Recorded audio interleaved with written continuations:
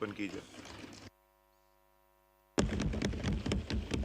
बिस्मिल्लाहिर्रहमानिर्रहीम। बहुत शुक्रिया जनाब स्पीकर। जनाब स्पीकर, आपकी तवज्जो भी चाहूँगा और आपका शुक्रिया भी अदा करूँगा कि यहाँ पे इस हाउस में रब्बुल इज़्ज़त के बाद अल्हम्दुलिल्लाह मेरे महबूब कायद वज़ीर आज़म इमरान खान साहब ने मुझ नाचीज़ को यहाँ पे बैसियत अपने पार्टी के ज़रिए, अपने अपोजिशन बेंचेस के ज़रिए यहाँ पे नॉमिनेट किया as the leader of the opposition.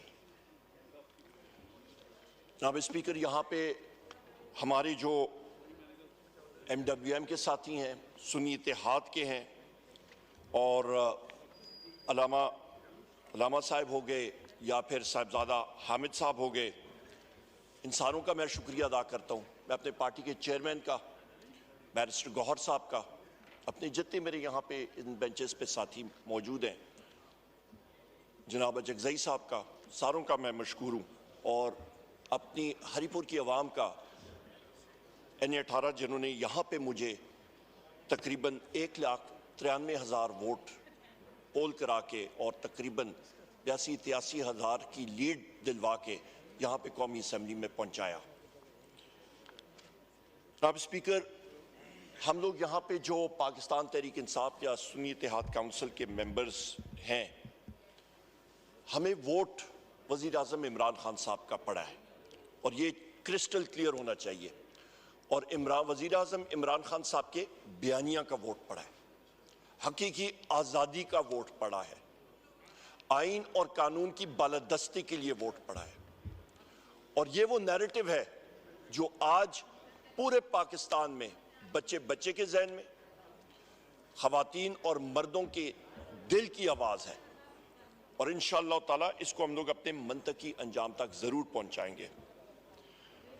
जनाब स्पीकर, यहाँ पे इस हाउस की बदौलत यहाँ पे प्रेसिडेंशियल जो एड्रेस हुआ था उसके ऊपर आज डिबेट का सिलसिला बैसियत leader of the opposition kick off मैं कर रहा हूँ।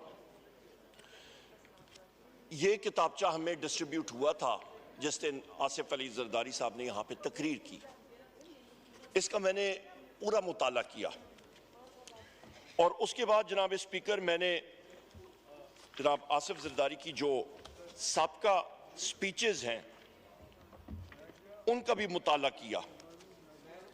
ये 2008 की, 2009 की, 2010 की और बाकी सारी 2011 की, जब तक उनका टेन्योर ख़त्म नहीं हुआ।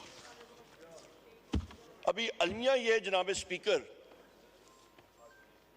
कि ये स्पीचेस जो पहले थी 2008 से और जो 2012-13 तक और जो अभी स्पीच लिखी गई और पढ़ी गई यहाँ पे, आसिफ जरदारी यहाँ पे आके इन्होंने ये स्पीच यहाँ पे पढ़ी, इनमें कोई ज्यादा फर्क नहीं था, ज्यादा कट एंड पेस्ट जॉब था। यहां पे जो कट एंड पेस्ट जॉब हुआ था, लिहाजा इनको जरा खामोशी, इनको जनाब स्पीकर मैं गुजारिश करूंगा यहां पे जरा ये गवर्नमेंट बेंचेस पे आवाज जरा टोन डाउन कर लें या गैलरीज में तो बेहतर होगा, अच्छी बात होगी। ऑर्डर इन द हाउस से करा दें। ये राना तनवीर साहब काइंडली वो वहाँ से एको होती है आवाज़ जहाँ पे आप तशरीफ रखते हैं, ज़रा सा इधर होके बैठ जाइए जी। थैंक यू, बहुत शुक्रिया जनाब। नहीं, सब इसी तरह सुनेंगे, डोंट वरी, इंशाल्लाह जब गवर्नमेंट भी बहुत शुक्रिया जनाब speaker for imposing discipline in the house. जनाब स्पीकर, जिस तरह मैं कह रहा था कि ये कट एंड पेस्ट जॉब था और बजाय इसके कि एक प्रेसिडेंट के मनसब पे जो शख्स आता है वो कोई ना कोई चीज सामने रखेगा इस हुकूमत के लिए, बिलखसूस उस दौरानिया में जिस वक्त पाकिस्तान पीपल्स पार्टी जो है उसने रिफ्यूज किया हुआ है कि वो इनके साथ हुकूमत में है भी और नहीं भी, ये भी एक अलमिया है। सो लिहाजा बजाय कोई मुस्बत प्रोग्राम देने के इस स्पीच में तो कोई इस तरह की खास चीज नहीं थी जिसके ऊपर हम लोग जवाब दे सके। जहां तक उन्होंने कहा कि डेमोक्रेटिक इंस्टीट्यूशंस के बारे में, सो यही वो अलमिया है जनाब स्पीकर जहां से मैं आगाज करूंगा कि पाकिस्तान में इस वक्त जिस चीज का फौकदान है वो है सही जमहूरियत। यहां पे जनाब स्पीकर मैं ये जरूर कहूंगा कि director general inter services public relations ने जो प्रेस कॉन्फ्रेंस की उसको मैं यहां से, मैंने प्रेस में भी बात की, सेमिनार में भी बात की, उसको हम इन टोटो रिजेक्ट करते हैं।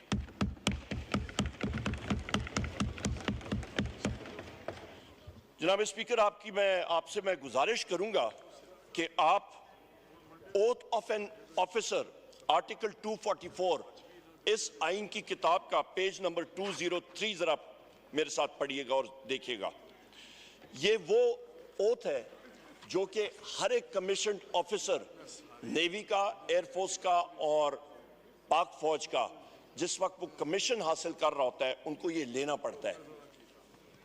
और एकेडमी जूनियर अंडर ऑफिसर उसने झंडा पकड़ा होता है और वहां पे ये ओथ पढ़ा जाता है। मैं पढ़ के आपको सुना देता हूं। आई do solemnly swear that I will bear the faith and allegiance to Pakistan and uphold the Constitution of the Islamic Republic of Pakistan, which embodies the will of the people, that I will not engage myself in any political activities whatsoever, and that I will honestly and faithfully serve Pakistan in the Pakistan Army, Navy or Air Force as required by and under the law. May Allah Almighty help and guide me. Ameen. ये वो oath है जो DGISPR ने press conference की जनाब speaker, वो एक political press conference थी और यहां पे ये अंग्रेजी में जिसको कनंड्रम कहते हैं एक अलमिया आ जाता है। ये एक चीज प्रूव करता है कि उनके बयानिए में ही बाइपोलर डिसऑर्डर है। उनका बयानिया खुद ही कंफ्यूजन का शिकार है और वो इंटरफियर कर रहे हैं पॉलिटिकल रेल्म में जो सिर्फ और सिर्फ पाकिस्तान के इलेक्टेड नुमाइंदगान का काम है और पॉलिटिकल पार्टीज का काम है। यहां पे हम लोग आ जाते हैं जनाब स्पीकर, फिर आपको मैं आपके टेंशन में अफजूल कराना चाहूंगा। आप आर्टिकल 7 की तरफ आइएगा। Definition of a state, page 7, ये इसी कॉन्स्टिट्यूशन की किताब में है। In this part, unless the context otherwise requires, the state यानी कि रियासत मीन्स द फेडरल गवर्नमेंट, मजलिस शूरा पार्लियामेंट जहां पे हम लोग खड़े हैं और senate, a provincial government, a provincial assembly and such local और other authorities in Pakistan as are by law empowered to impose any tax or cess।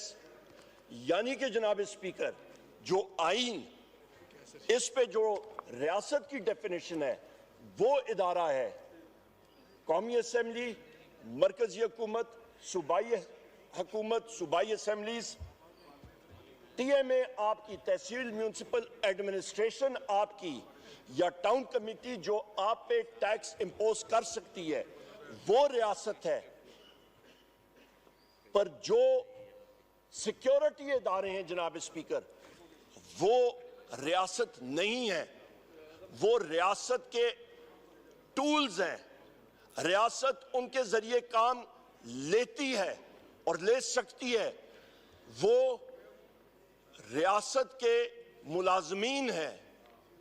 हाकमियत, पहले पेज पे आप कॉन्स्टिट्यूशन के आ जाएं तो यहां पे क्लियरली लिखा हुआ है जनाब स्पीकर कि आप या इसका करें कि हाकमियत जो है वो रब्बुल इज्जत की है और उसके बाद पाकिस्तान की अवाम की। लिहाजा जनाब स्पीकर जो सिक्योरिटी इदारे हैं वो पॉलिटिक्स में इंडल्ज नहीं कर सकते एज पर दिस कॉन्स्टिट्यूशन। और उनकी ये प्रेस कॉन्फ्रेंस होनी ही नहीं चाहिए थी। इसके साथ साथ जनाब स्पीकर, आपकी अटेंशन मैं पेज 7 पे फिर मबजूल कराना चाहता हूं कि वहीं पे आ जाएं कि आप पढ़ लें कि आर्टिकल 5 क्या कहता है। आर्टिकल 5 इसी आइन का कहता है, loyalty to the state is the basic duty of every citizen. लिहाजा स्टेट जिसकी डेफिनेशन मैंने आपके सामने रख दी, जिस पे सिक्योरिटी के इदारे नहीं है, वो पार्लियामेंट है, वो इलेक्टेड गवर्नमेंट्स हैं, वो तहसील म्यूनिसिपल एडमिनिस्ट्रेशन हो सकती है, उनकी तरफ लॉयल्टी जो है वो हर एक शख्स, चाहे वो मुसल्ला अफवाज का मेंबर हो या वो सिविलियन हो, वो लाजिम है। और मुसल्ला अफवाज में तो ये बाकायदा ओथ ली जाती है। सो लिहाजा जनाब स्पीकर, इस पे कोई इस चीज को, इस रेड लाइन को या क्रॉस करे तो next article, the famous article 6 उस पे नाफिज होता है जनाब स्पीकर, जो हाई ट्रीजन का होता है। सो लिहाजा यहां पे बड़ी क्लैरिटी होनी चाहिए। और आर्टिकल 6 भी आप यहां पढ़ लें, any person who abrogates or subverts or suspends or holds in abeyance or attempts or conspires or abrogate or subvert or suspend or hold in abeyance the Constitution by use of force or show of force or by any other unconstitutional means shall be guilty of high treason। आइन वाज़े है जनाब speaker, constitutional limits सारे इदारों की, चाहे वो judiciary हो, चाहे वो आपकी गवर्नमेंट हो, चाहे जो इदारा हो, उसकी लिमिट्स क्लियरली डिफाइंड है। और इस फ्लोर ऑफ द हाउस से मैं यही कहूंगा कि हर एक इदारा पाकिस्तान की बका के लिए, पाकिस्तान की सालमियत के लिए अपनी लिमिट्स के अंदर काम करे तो पाकिस्तान इंशाअल्लाह ताला तरक्की करेगा। जनाब स्पीकर, यहां पे मैं इस बात पे भी आऊंगा कि आप जिस वक्त बात करते हैं आइन की और फ्रीडम ऑफ स्पीच की, तो आइन का आर्टिकल 19 भी पढ़ लें। यहां पे क्लियर कट लिखा हुआ है फ्रीडम ऑफ स्पीच, जो पाकिस्तान में आजकल जनाब स्पीकर बहुत शॉर्ट सप्लाई में है। यहां पे फ्रीडम ऑफ स्पीच नामी कोई चीज कम होती जा रही है। ट्विटर या एक्स, उसको सस्पेंड किया गया है। हमारे ये मीडिया के हजरात ऊपर देखें, ये बात नहीं कर सकते हैं। इंटेलिजेंस एजेंसीज का रोजाना इनको इंस्ट्रक्शंस आ रही होती हैं, और मुझे पूरा यकीन है जो इस वक्त मैं ये स्पीच कर रहा हूं, यहां पे ये स्पीच वहां पे या उस पे ब्रेक्स आ रही होंगी या कमर्शियल ब्रेक्स में जा रही होंगी या टेलीकास्ट ही नहीं हो रही होगी। ये हमें मालूम है, क्योंकि पाकिस्तान में इस वक्त, मैं पहले भी कहता हूं, आप लाइव जा रहे हैं जनाब स्पीकर, यहाँ पे तो हो रहा है पर वहां पे मुश्किल होता है, यहाँ पे ये नहीं होता। आर्टिकल 19 जरा पूरा पढ़िएगा। यहाँ पे जनाब स्पीकर, यहाँ पे ये चीजें जो है ये बिल्कुल ये कट के आती है। हमने देखा हुआ है, जिस वक्त पहले भी डेप्यूटी स्पीकर साहब प्रिजाइड कर रहे थे जी, जिस वक्त आप उस वक्त प्रिजाइड नहीं कर रहे थे, वहां पे भी हमने यही चीज उठाई थी। जनाब स्पीकर, यहां पे हमने हमेशा से ये डिमांड किया है कि आपने, पीटीआई ने टाइम एंड अगेन बात की है कि 9 मई के हवाले से एक इंडिपेंडेंट जुडिशल कमीशन बनना चाहिए और जिसको एक्सेस होनी चाहिए तमाम सीसीटीवी फुटेजेस की। और ये जो है ट्रूथ मस्ट प्रिवेल जनाब स्पीकर, सच्चाई को सामने आना चाहिए। हम लोग आइन और कानून की बात कर रहे हैं, बिल्कुल ट्रूथ सामने आना चाहिए। मैं 19 पढ़ रहा हूँ जी। यहां पे जनाब स्पीकर DGISPR ने बात की कि प्रायर ईयर 19 पढ़ दूं पूरा जी? जी मेरे पास है जनाब स्पीकर, आप पढ़ दीजिए। मैं पढ़ के आपको सुना देता हूं जी। Freedom of speech.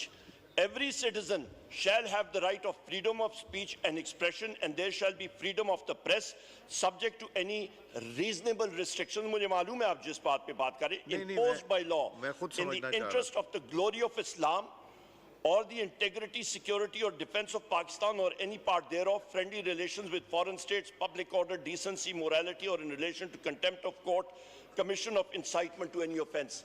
इस पे से कोई ऐसी चीज नहीं है जनाब स्पीकर जो इस स्पीच में हो या पाकिस्तान तहरीक इंसाफ ने की हो। नंबर एक। नंबर दो, जनाब स्पीकर, आपको मैं क्लियर कट ये बता दूं कि यहां पे जब DGISPR ने कहा कि प्रायर ईयर्स की कमीशंस होने चाहिए, तो बहुत अच्छी बात है जनाब स्पीकर।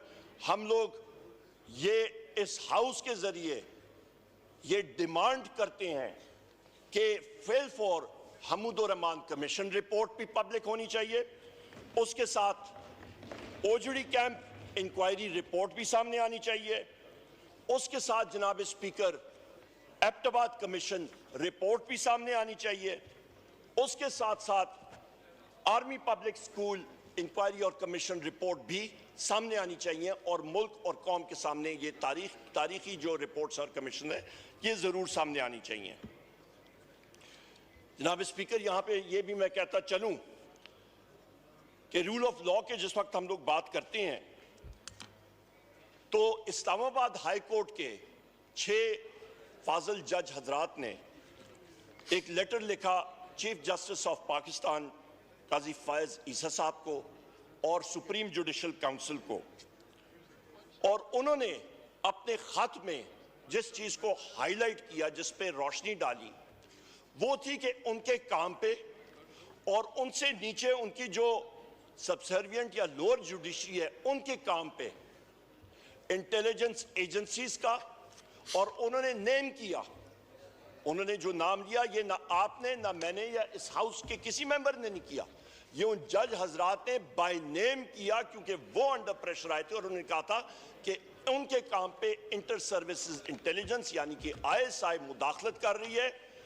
उन लोगों के उनके एजेंट्स जाके उनके घरों में फायर क्रैकर्स फेंक रहे हैं, उनके घरों में जाके उनके एक फाजिल जज साहब के ब्रदर इन लॉ को बहनोई को ज़दकौब किया गया, आपके लोअर जुडिशरी के जजेस को थ्रेटन किया गया, उनके केस वर्क में, और वो सारे केस वर्क जो आपके जो केसेस थे जहां पे ये मुदाखलत हो रही थी, वो सब के सब केसेस पाकिस्तान तहरीक इंसाफ के वजीर आजम इमरान खान साहब के, बुशरा बीबी के, मखदूम शाह महमूद कुरैशी साहब के, चौधरी परवेज इलाही साहब के, हमारे मिलिट्री कोर्ट्स के जो साथी हैं उनके केसेस में, या बाकी हमारे जो साथी हैं जो हमारी ख़वातीन पाबंद सलासल हैं, हमारे मर्द हजरात पाबंद सलासल हैं, उनके केसेस में जनाब स्पीकर ये सारी की सारी मुदाखलत हो रही थी, और ये उन्होंने ऑन रिकॉर्ड लाया। इसके साथ साथ जनाब स्पीकर ये पॉइंट बड़ा अहम है समझना कि जब एक मुल्क में रूल ऑफ लॉ नहीं होता तो ये आप देख लें, इंटरनेशनल फाइनेंस की किसी भी टेक्स्ट बुक में आप कोई कोर्स इंटरनेशनल फाइनेंस का उठा के देखें, इंटरनेशनल लॉ का पहले चैप्टर का पहला सेंटेंस ही यहां पे होता है कि जिस मुल्क में रूल ऑफ लॉ नहीं है वहां पे फॉरेन डायरेक्ट इन्वेस्टमेंट यानी कि बाहर से सरमायाकारी नहीं आती। वहां पे इसलिए नहीं आती जनाब स्पीकर कि उनका सरमाया या कैपिटल इनसिक्योर होता है, और वो आज अलमिया पाकिस्तान में हम लोग फेस कर रहे हैं। उन एग्रीमेंट्स में जो बाहर के मुल्क करते हैं जनाब स्पीकर किसी भी कंपनी के साथ पाकिस्तान में, वहां पे सबसे अहम चीज उस आर्बिट्रेशन क्लॉज जब आती है, तो आर्बिट्रेशन क्लॉज में आप खुद बिजनेस कर चुके हैं और करते हैं जनाब स्पीकर, आपको मालूम है कि आर्बिट्रेशन क्लॉज में एक क्लॉज आता है कि आपने इन केस ऑफ डिस्प्यूट कि कोई तनाज़ा आता है तो कौन से मुल्क के आप कोर्ट में जाके आर्बिट्रेशन करेंगे, और जब वहां पे लिखा जाता है कि पाकिस्तान की अदालतों में, तो मल्टीनेशनल कॉरपोरेशंस सलाम करके तो चली जाती हैं, वो कहते हैं हमें मंजूर ही नहीं।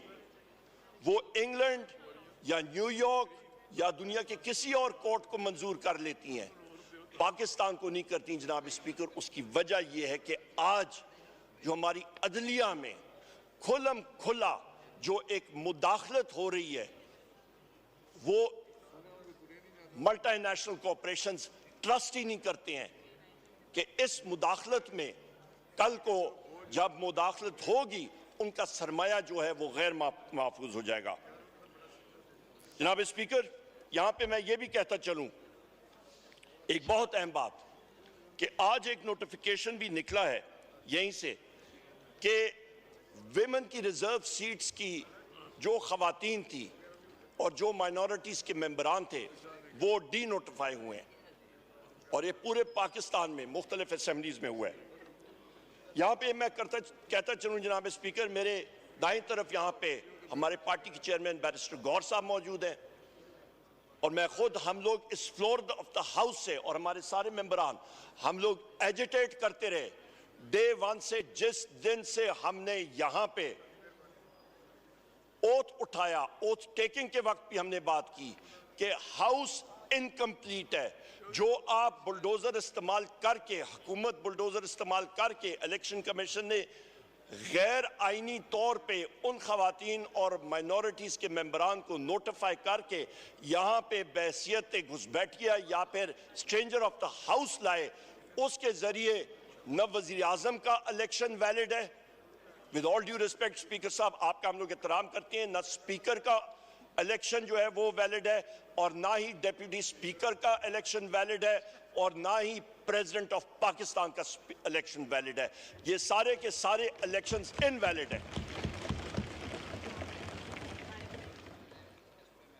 जनाब स्पीकर, हम लोग जी अपने टाइम पे सारी बातें कर लें जिन्होंने मर्जी है, पर यहाँ पे जनाब स्पीकर, यहाँ पे ये चीज़ क्लैरिटी होनी चाहिए। फिर जनाब स्पीकर, यहाँ पे बात आई कि 9 मई के हवाले से मटीरियल डैमेजेस के बारे में बात हुई, चलें उसके ऊपर भी बात करते हैं। तो जिस वक्त बेनज़ीर भुट्टो साहिबा का इंतकाल हुआ और जो बॉम्ब ब्लास्ट हुआ और शूटिंग अटेम्प्ट हुई, मेरी बात तो सुन ले भाई मेरी बात या कंप्लीट करें तो आप सुन लेंगे बात जी। भाई मेरी बात आप सुन ले तो आप पटेल साहब, नो क्रॉस टॉक। आप जब मेरी बात कंप्लीट होगी, जिस बॉम्ब ब्लास्ट की वजह से उनको शहीद किया गया था जनाब स्पीकर, उसका उस वक्त जनाब स्पीकर मैं आपको ये बात क्लियर कर दूं कि जो पूरे मुल्क में वायलेंस हुई थी, उसकी आप या रकम आप या सामने लाएं जनाब स्पीकर, तो उसमें तकरीबन 27 दिसंबर ये आपका 2007 को ये तकरीबन कॉस्ट बनती है जनाब स्पीकर $2 अरब, $2 बिलियन, और उस वक्त के एक्सचेंज रेट के हवाले से ये कॉस्ट तकरीबन बन जाती है 165 से 170 अरब रुपया। उसमें जनाब स्पीकर तकरीबन 63 railway station, 63 149 bogies, 29 locomotives, engines, train के इंजन्स, ये 2 दिन के अंदर अंदर ये तबाह बर्बाद हुए। और जनाब स्पीकर, कराची की या मैं बात करूं सिर्फ कराची की, तो जनाब स्पीकर कराची में $1 अरब का उन 4-5 दिनों में नुकसान हुआ था कराची के शहर में, और उस वक्त का एक्सचेंज रेट आप लगाएं तो ये तकरीबन 80 से 90 अरब रुपए सिर्फ कराची की हम लोग बात कर रहे हैं। और ये टोटल जो कॉस्ट आती है ये आपके जीडीपी का 8% हिस्सा बनती है। जनाब स्पीकर, मैं इस हाउस से और आपसे पूछना चाहता हूं, कितने लोग अरेस्ट हुए, कितनी इंक्वायरीज बनी, कितने लोगों को जेल में डाला गया, कितने लोगों को सजाएं हुई, कौन सी जुडिशियल इंक्वायरी बनी, कोई चीज हुई? $2 अरब, 160-170 अरब रुपए का नुकसान हुआ, पर कोई उसके ऊपर एक्शन नहीं हुआ। और फिर इल्जाम हम पे लगता है। यहां पे तो जनाब स्पीकर, इस पे भी मैं आता हूं, पेरिस में जहां पे जमहूरियत, वहां पे कहते हैं हम लोग जमहूरी मुल्क है, वहां पे 8 जुलाई 2023 को वहां पे राइट्स हुए, दंगा फसाद हुआ। फ्रेंच बिजनेसेस का ये फिगर मैं आपको दे रहा हूं, $1.1 अरब जो है फ्रांस में ये नुकसान हुआ। जनाब स्पीकर, ये फैक्ट्स मैं आपके सामने रख रहा हूं। यहां पे तो जनाब स्पीकर मैं यहां पे क्लियर कट कर दूं कि 9 मई एक बहाना था, वजीर आजम इमरान खान निशाना था।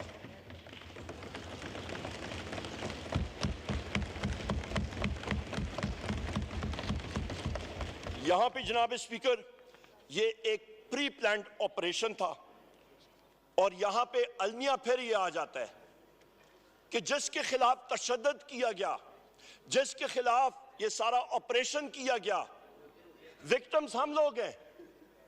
यहां पे तो ब्लेम द विक्टिम की बात आ जाती है। सेक्रेटरी इंटीरियर को बुलाया गया और उससे पूछा गया, जुडिशल कॉम्प्लेक्स में सीसीटीवी कैमरास गायब हो गए, उससे पूछा गया, एविडेंस मुख्तलिफ जगहों का गायब हो गया। सेक्रेटरी इंटीरियर कहता है मुझे तो पता ही नहीं। जनाब स्पीकर, ये एविडेंसेस कौन उठा के लेके जा रहा है? सेपरेशन ऑफ एविडेंस, जो आपका सबूत गायब करना, ये तो कानून की खिलाफ वर्जी है और जुर्म है, और ये पीपीसी के तहत ऑब्स्ट्रक्शन ऑफ जस्टिस है, और इसके खिलाफ उन अशखास के ऊपर ट्रायल होता है और वो जेल में जाते हैं। यहां पे मैं ये भी कहता चलूं जनाब स्पीकर, ब्लैक डेज के बारे में बात आती है। अभी आप तारीख का जरा मुताला कर लें। 11 मार्च 1971, इस दिन उस वक्त के सदर जनाब जनरल याहिया साहब जाके मिले शेख मुजीबुर रहमान साहब से, और इसलिए कौमी असेंबली की सेशन का डेट फिक्स करने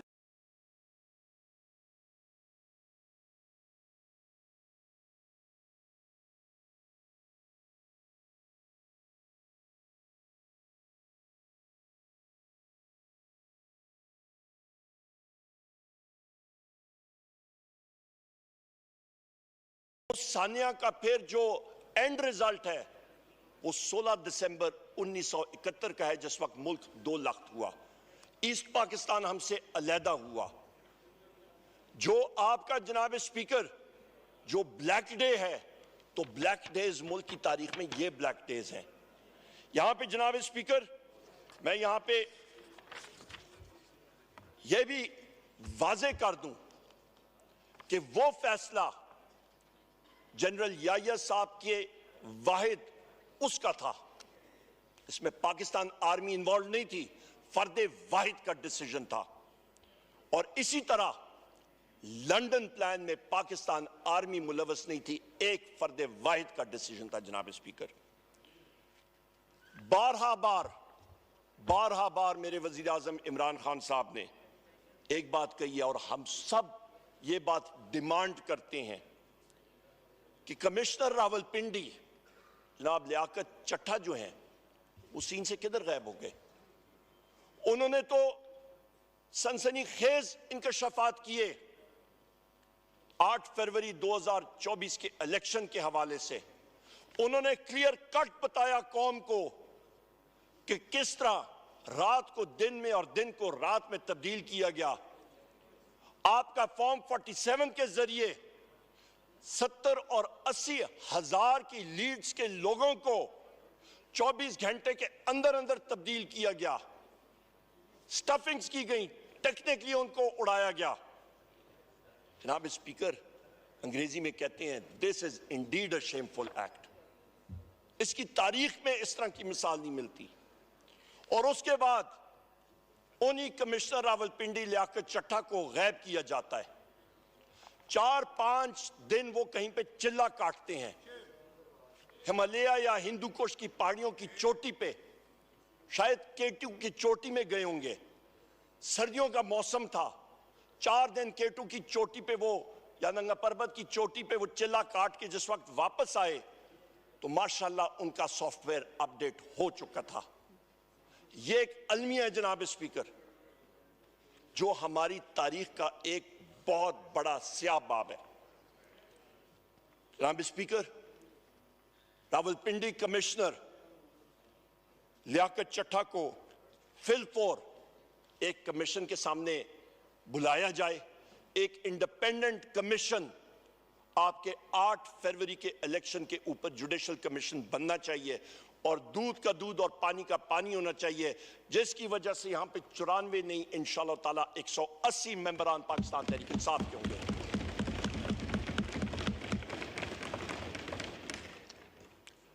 जनाब स्पीकर, मेरे कायद जनाब इमरान खान साहब ने इंस्ट्रक्शंस दिए हैं पार्टी को।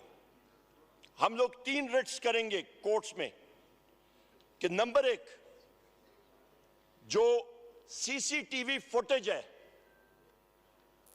चाहे वो कोर कमांडर हाउस हो, चाहे वो किसी भी इंस्टॉलेशन पे हो, वो सीसीटीवी फुटेज सामने आनी चाहिए 9 मई 2023 की, नंबर 1। और जनाब स्पीकर, इसके साथ साथ मैं ये भी कहता चलूं कि सीसीटीवी फुटेज आपकी 18 मार्च 2023 को जुडिशल कॉम्प्लेक्स की भी सीसीटीवी फुटेज आज गायब है, उस दिन की गायब है, और वो भी पूरा आंखों देखा हाल मैं आपके सामने पेश करूंगा। यहां पे जनाब स्पीकर 9 मई को शहादतें या किसी की हुई, वो हमारे नौजवानों पे गोलियां बरसी और वो शहीद हुए, और उनके नाम एक बार फिर मैंने पहले भी इस हाउस के सामने पेश किए, मैं फिर पढ़ के सुनाता हूं। यहां पे मिर्जा नादिर शहजाद, बिलावल शनवारी, सैफुल्ला, मोहम्मद राशिद, अब्दुल्ला वजीर, जाहिदुल्ला, रिजवान अहमद, जावेद अकाखेल, सिकंदर, अबरार अहमद, उमर अजीज, अब्दुल कदीर, इब्राहिम, जावेद गुल, जाकिर, ये वो 15 नौजवान हैं जनाब स्पीकर जो इस दुनिया में नहीं रहे। ये वो 15 नौजवान हैं जिनका घर जो है वो उजड़ गया है। मेरे यहाँ पे फाजिल दोस्त जुनेद अकबर खान साहब बैठे हुए हैं, इनकी हलकों में मलकंड के एरियाज में वहां पे पैराप्लीजिक लोग मौजूद हैं जिनकी रीढ़ की हड्डी में गोली लगी जनाब स्पीकर, आज वो चल फिर नहीं सकते। मेरी खुद उनसे बात हुई थी। ये वो अलनाक वाक़े हैं जिनका हम लोग जिक्र कर रहे हैं। तो लिहाजा जनाब स्पीकर, हम लोग फिर बात करते हैं कि ब्लेम द विक्टिम, जिस पे तशद्दुद किया गया उसी को आप कसूरवार ठहरा रहे हैं। ये कौन सी दुनिया का हिसाब है? ये कौन सा इंसाफ है? जनाब स्पीकर, मैं यहां पे इस हाउस की तवज्जो एक बड़े अहम फैक्ट पे भी लाना चाहता हूं कि केयर टेकर वजीर आजम जनाब काकड़ साहब, उन्होंने फॉर्म 47 के बारे में और 8 फरवरी के इलेक्शन के बारे में, इसी हाउस के मेंबर हैं अनीफ अब्बासी साहब, उनके साथ उनकी कोई मुकालमा चल रहा था। वहां पे उन्होंने कहा, वीट स्कैंडल के हवाले से, वहां पे भी गंदम का जो स्कैंडल बना हुआ है, स्कैम बना हुआ है, उसके ऊपर भी रोशनी डालूंगा।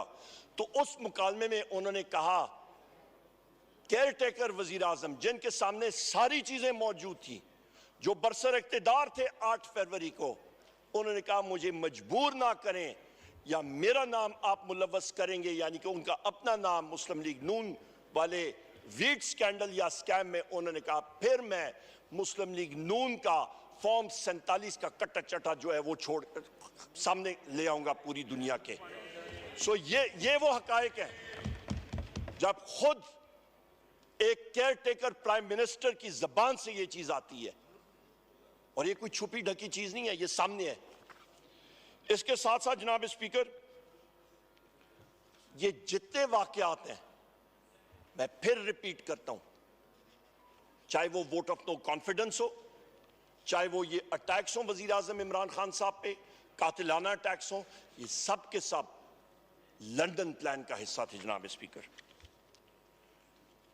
जनाब स्पीकर, मैं यहां पे फिर आपकी और हाउस की याद जरा ताजा करना चाहता हूं कि 16 मार्च 2023 जिस वक्त वजीर आजम इमरान खान साहब के घर पे एसएसपी ऑपरेशंस शहजाद बुखारी जो हैं वो वारंट लेके आते हैं, मैं भी वहां पे मौजूद था इत्तेफाक से, और जनाब जैन कुरैशी साहब के मोहतरम वालिद साहब मखदूम शाह महमूद कुरैशी साहब भी, हम लोग वजीर आजम इमरान खान साहब के ड्राइंग रूम में खड़े थे। हमें मालूम हुआ कि जनाब पुलिस वहां पे आई है।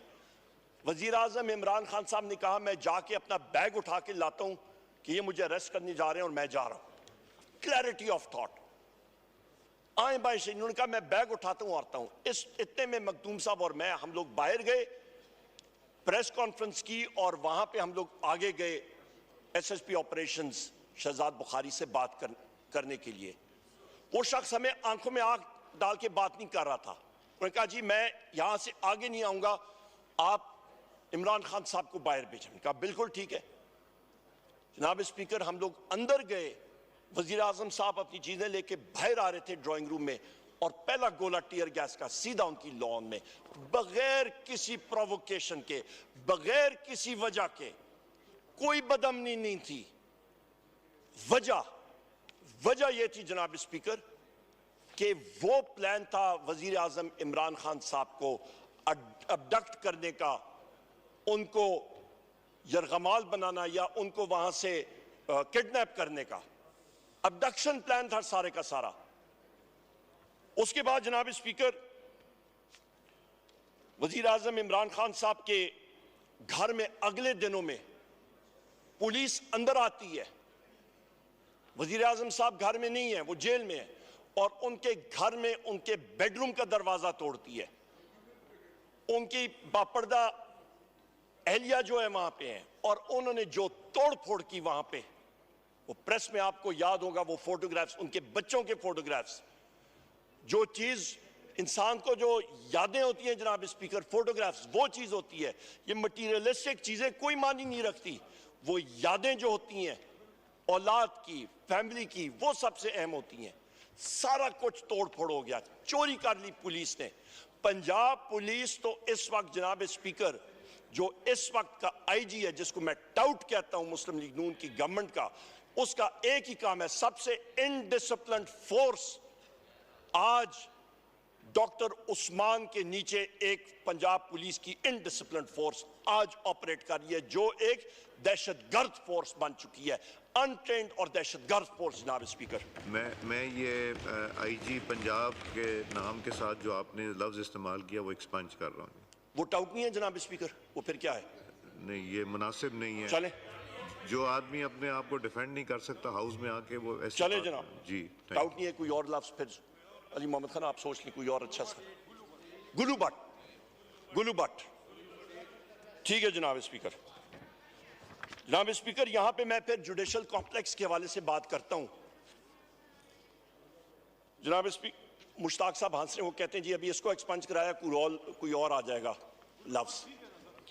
ठीक है जनाब स्पीकर, यहां पे मैं आपको जनाब स्पीकर याद कराता हूं, 18 मार्च 2023 को ही उस जुडिशल कॉम्प्लेक्स श्रीनगर हाईवे से जब आप G11 की तरफ मुड़ते हैं, सबसे आगे मेरी गाड़ी थी और मैं इंतजार कर रहा था। वजीर आजम इमरान खान साहब की गाड़ी मुझसे 150 मीटर पीछे थी, और हम लोग वो कंटेनर्स के साथ थे, और हमने कहा जी उनकी गाड़ी हम लोग अंदर की तरफ करेंगे कि जुडिशल कॉम्प्लेक्स में बाहिफाजत चले जाएं। बगैर किसी वजह के इस्लामाबाद के पुलिस के लोगों ने ऊपर से पहले पथराव शुरू किया, जिस तरह के टोटली अनडिसिप्लिन्ड एक फोर्स होती है। पथराव, कोई वजह नहीं थी, उनकी गाड़ी 150 मीटर पीछे थी, और उसके बाद जनाब स्पीकर स्ट्रेट फायरिंग करके टीयर गैस शेलिंग। जब वहां पे वजीर आजम इमरान खान साहब की गाड़ी उस टर्निंग पे भी, उस मोड़ पे भी आई, तो वहां पे टीयर गैस शेलिंग के बादल थे। उनको बड़ी मुश्किल से हम लोग आके लेके जा रहे थे। हमारा मकसद था कि वो जाके जज साहब के सामने पेश हो जाएं, उनकी हाजिरी लगे। मकसद कुछ और था। वहां पे असैसिनेशन अटेम्प्ट, वजीर आजम इमरान खान की जान को खतरा था, उनको खुदा न खास्ता कत्ल करने का मंसूबा बना हुआ था, और वो ऑपरेशनलाइज होने वाला था। हमें घंटा लगा वो तकरीबन 500 मीटर कवर करने में, घंटा। बड़ी मुश्किल से आगे गए।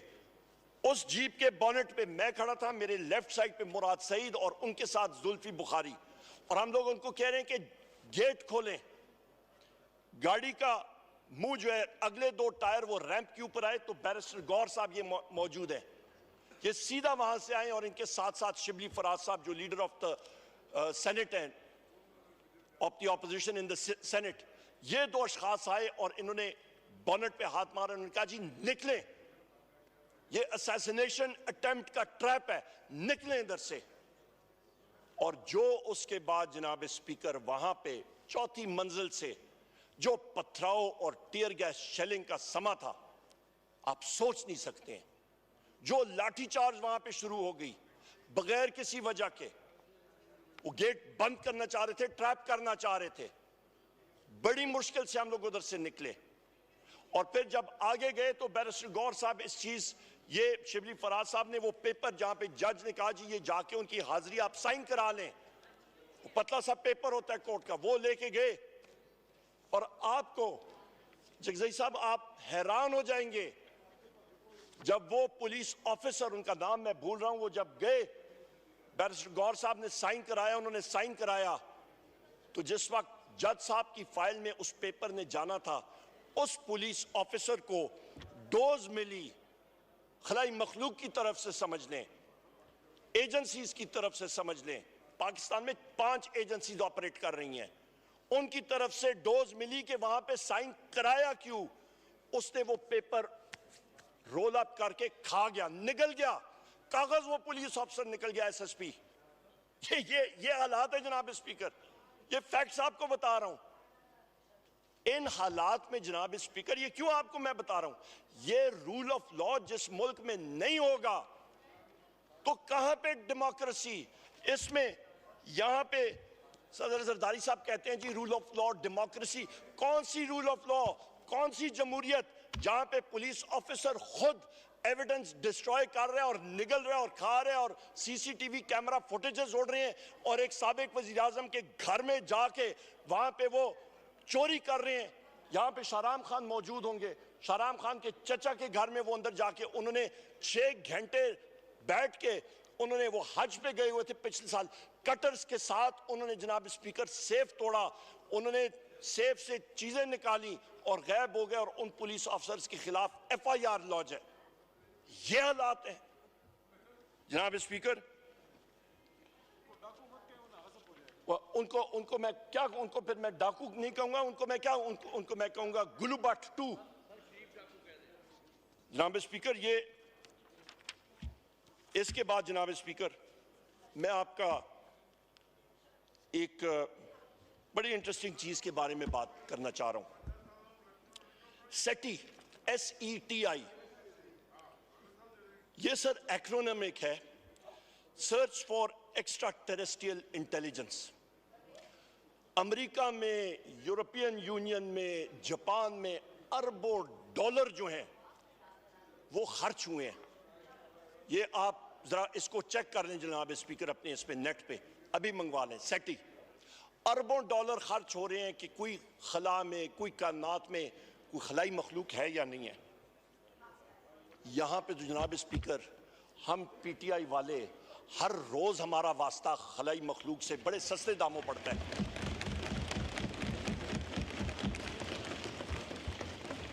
मसला एक है, वहां पे दुनिया में वो खलाई मखलूक को देखते हैं, उनकी उड़न तश्तरियों के खोज में लगे हुए हैं।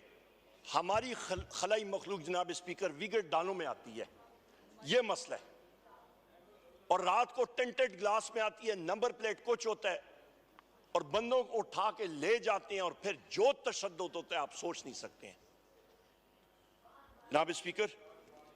यही वो एक्शंस हैं जिसके ऊपर हमारे इन बहादुर जज हजरात ने लिख के, इस्लामाबाद के जज हजरात ने, 6 जजेस ने लिख के सुप्रीम जुडिशल काउंसिल को भेजा है, और जुडिशरी खड़ी हो गई है, और हम उनको सलाम पेश करते हैं, उनकी बहादुरी को जनाब स्पीकर।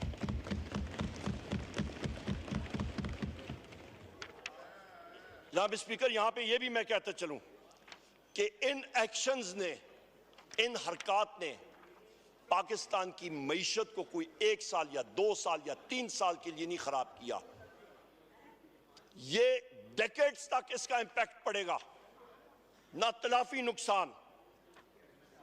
यहां भी जनाब स्पीकर मैं फिर बात करूंगा कि जहां पे मौलाना फजलुर रहमान साहब के मेंबर्स यहां पे मौजूद हैं, मौलाना फजलुर रहमान साहब ने भी इन लंदन प्लान्स के एक्टर्स का नाम जो है वो खुद उन्होंने इसका इतराफ किया है।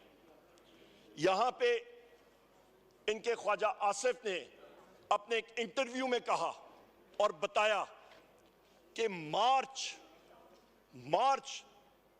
2019 में उनकी गुफ्तगू शनीद जनरल बाजवा साहब के साथ शुरू थी। वो तो बीच में कोविड आ गया और वो चीज डिले हो गई और ताखीर में चली गई, वरना टारगेट वजीर आजम, हदफ वजीर आजम इमरान खान साहब की हुकूमत और खुद वजीर आजम इमरान खान साहब थे। और वजीर आजम इमरान खान साहब क्यों टारगेट बने हुए थे? क्योंकि वो एक खुददार शख्स है, वो एक गैरतमंद शख्स है। वजीर आजम इमरान खान या बात करता है तो ला इलाहा इल्लल्लाहु मोहम्मद रसूलुल्लाह की बात करता है। वजीर आजम इमरान खान या बात करता है वो इय्याका नअबुदु व इय्याका नस्तईन की बात करता है। वजीर आजम इमरान खान या बात करता है जनाब स्पीकर तो वो खौफ के बुत तोड़ने की बात करता है। और हम लोग यहाँ पे जितने लोग हैं, हमने खौफ के बुत तोड़ के यहाँ पे आए हैं। यहाँ पे पीटीआई के लोग जो हम लोग यहाँ पे आए हैं जनाब स्पीकर, हम लोग कुंदन बन के एक आग का दरिया अबूर करके आए हैं। और हम लोग इंशाअल्लाह ताला जमहूरियत के लिए और आइन और कानून के लिए आखिरी दम तक हम लोग कोशा रहेंगे जनाब स्पीकर।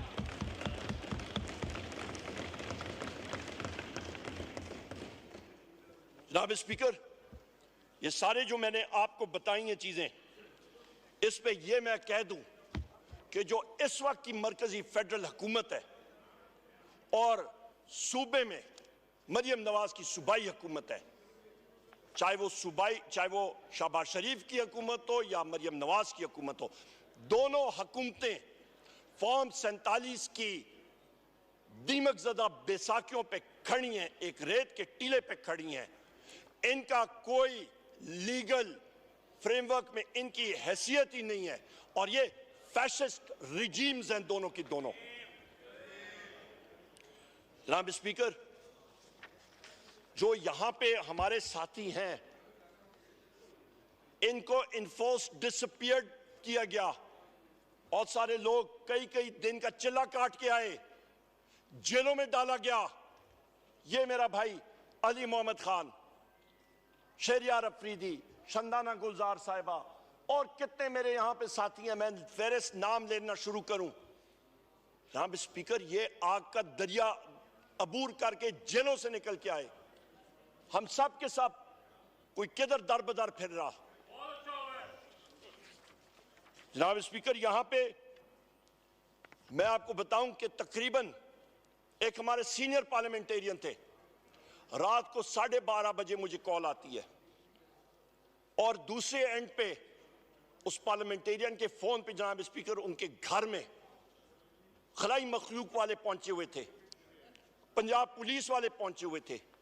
उसके 26-27 साल बेटे को वो मार रहे हैं, धड़ाधड़ मार रहे हैं। उसकी चीखें थी। उस सीनियर शख्स के उनकी वाइफ, उनकी एहलिया, उनकी बहू, वो कह रहे हैं बाबा खुदा का वास्ता है, जो ये चाहते हैं कर दें। और वो कहते हैं उमर भाई मैं क्या करूं, मेरे बेटे की जिंदगी का मसला है। और फिर वो प्रेस कॉन्फ्रेंस और क्लिप। जनाब स्पीकर, ये कौन से रूल ऑफ लॉ की हम लोग बात कर रहे हैं? यहां पे ये वोट को इज्जत, इनको तो वोट को इज्जत देने, वो तो एक नारा था, एक ऐसे ही उन्होंने चुंगे में लगा दिया अली मोहम्मद खान। यहां पे जनाब स्पीकर, ये चीजें, ये हकायक जो हैं, ये पाकिस्तानी कौम को, पाकिस्तान के नौजवानों को कोई एक दहाई नहीं, 2 दहाई नहीं, ये 40-50 साल तक लोग ये चीजें याद रखेंगे। रेहाना डार साहिबा के साथ जो कुछ हुआ जनाब स्पीकर, उनको बालों से निचोड़ के घसीटा गया, उनके घर को तोड़ा गया, उनको घसीट के उनकी फैमिली को बाहर फेंक दिया गया, ताले लगा दिए गए।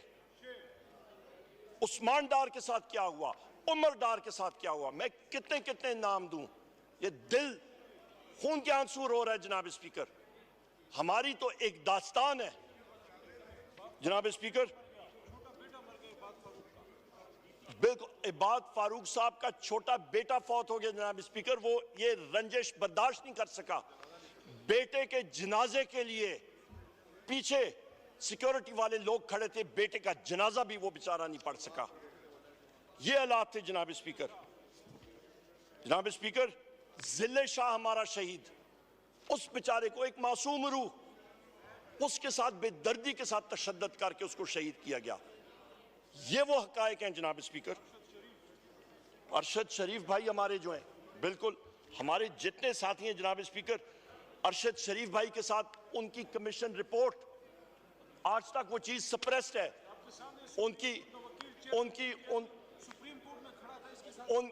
उनके साथ, उनके अरशद शरीफ के साथ जनाब स्पीकर, उनका खानदान आज भी जो है वो दर बदर फैल रहे हैं। यहां पे बैरिस्टर गौहर साहब ये केस लड़ने गए हुए थे, प्लीड कर रहे थे सुप्रीम कोर्ट में, आपने खुद वो वीडियो फुटेज देखी। काजी फैज ईसा साहब के सामने ये केस प्लीड कर रहे हैं, इनको आके किसने कान में गोशा किया कि जी आपके घर पे पुलिस का अटैक हो गया। ये वहां पे गए, इनके बहनोई को जदोकोब किया गया, तोड़ फोड़ हुई, इनके बेटे को order in the house please, kindly अपनी आवाज थोड़ी सी जनाब स्पीकर हम रखें। जनाब स्पीकर, इनके साथ जो तशद्दुद किया गया, जब इनसे पूछा गया, जब ये वापस आए कि सब कुछ ठीक है और आईजी को बुलाया गया, तो आईजी ने कहा जी मिस्टेकन आइडेंटिटी, हम लोग पता नहीं किसी अब्सकॉन्डर को ढूंढ रहे थे। ये हालात हैं जनाब स्पीकर, शेमफुल। इसके साथ साथ जनाब स्पीकर, यहां पे मैं गिले के साथ अपने मीडिया के उन साथियों का गिला करूंगा जो कि वो स्टेज्ड मीडिया इनकाउंटर्स में मुलव्वस थे। वो लोग सामने आते थे, उनके साथ इंटरव्यू किया जाता था, वो स्टेज्ड इनकाउंटर्स, वो स्क्रिप्ट सामने रखती थी, और उस चीज को भी हम लोग, मैं फ्लोर ऑफ द हाउस मैं कंडेम करता हूं, और मैंने क्लियरली, हमारा क्लियर स्टांस ये रहा है। जनाब स्पीकर, वजीर आजम इमरान खान साहब पे जो कातिलाना हमला हुआ, जो 4 गोलियां लगी, ये तो रब ने उनको बचाया। मेरा भाई इधर अहमद चट्टा साहब इधर मौजूद हैं, अंदर गए हुए मेरा ख्याल है, इनको गोली लगी, अल्लाह ने मौजज़ा किया, ये बच गए। जिस तरीके से हम लोग उनको वहां पे एक्सट्रैक्ट करके लाए थे, 3 शूटर्स थे जनाब स्पीकर। जिस शख्स ने फायरिंग की थी वो कहां पे है? वो गैब। जो वहां का SHO है, वो एक यंग आदमी था, वो फौत हो गया, हार्ट अटैक हो गया। ये वो चीजें हैं जनाब स्पीकर जो कि एक मुहज़्ज़ब माशरे में इन चीजों की जगह नहीं है। जनाब स्पीकर, यहां पे मैं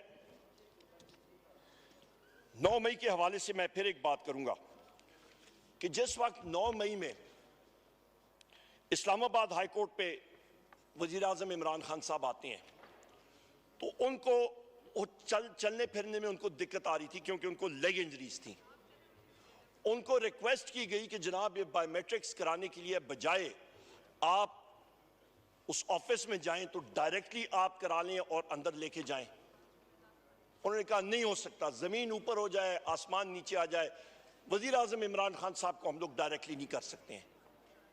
और एक दूसरी तरफ एक शख्स आते हैं जनाब स्पीकर बाहर से, मुतअद्दिद केसेस उनके खिलाफ, कन्विक्टेड अब्सकॉन्डर, और जाके उनको VIP ट्रीटमेंट के साथ लैपटॉप, कंप्यूटर और वो आपका बायोमेट्रिक मशीन का अंगूठा लगाने वाली मशीन, उस जगह पे वेटिंग लाउंज में उनका VVIP प्रोटोकॉल करके उनको रुखसत किया जाता है। ये रूल ऑफ लॉ है? क्या ये आइन और कानून की बालादस्ती है? यहां पे कौन सा इन्वेस्टर आएगा जनाब स्पीकर? वो तो कहेंगे ये तो बनाना रिपब्लिक भी नहीं है। ये बनाना रिपब्लिक में कोई कायदा कानून तो होता है, ये पता नहीं क्या हो रहा है इस मुल्क में। जनाब स्पीकर, यहां पे फिर आप आते हैं, वजीर आजम साहब वहां पे बैठे हैं और रेंजर्स और नैब जो है वो धावा बोलती है, और ये मेरे भाई बैरिस्टर गौहर साहब वहां पे वीडियो बना रहे हैं, नईम पंजोता साहब वहां पे बैठे हुए हैं, वो वीडियोस बना रहे हैं उस जगह से। और जो ये हमारी ये शख्सियात जो हैं ये जख्मी होती हैं। तो जनाब स्पीकर, मुझे ये बताएं कि सुप्रीम कोर्ट के सामने 2 दिन बाद, ये 9 मई को ये हुआ, वजीर आजम इमरान खान साहब को इन केसेस में मुलव्वस किया जाता है। 2 दिन बाद सुप्रीम कोर्ट जो है उनको बुलाती है और उनको वहां से बरी करती है, उनको रिलीज करती है। वहां पे जो नुकसान हुआ उस प्री मेडिटेटेड प्लान का, ये जो लंदन प्लान का हिस्सा था जिस पे वोट ऑफ नो कॉन्फिडेंस से शुरू होता है और आज तक वो आपका लंदन प्लान का हिस्सा, वो कहानी, वो दागदार कहानी जो है वो चल रही है, इसका जिम्मेदार कौन है जनाब स्पीकर, ये हम लोग पूछना चाह रहे हैं। और इसके ऊपर एक जुडिशियल इंक्वायरी जरूर होनी चाहिए कि दूध का दूध और पानी का पानी जरूर होना चाहिए जनाब स्पीकर। हमारी आने वाली नस्लें जो हैं इन चीजों से सबक हासिल करें कि हमारे मुल्क में आइन और कानून के साथ क्या खिलवाड़ किया गया।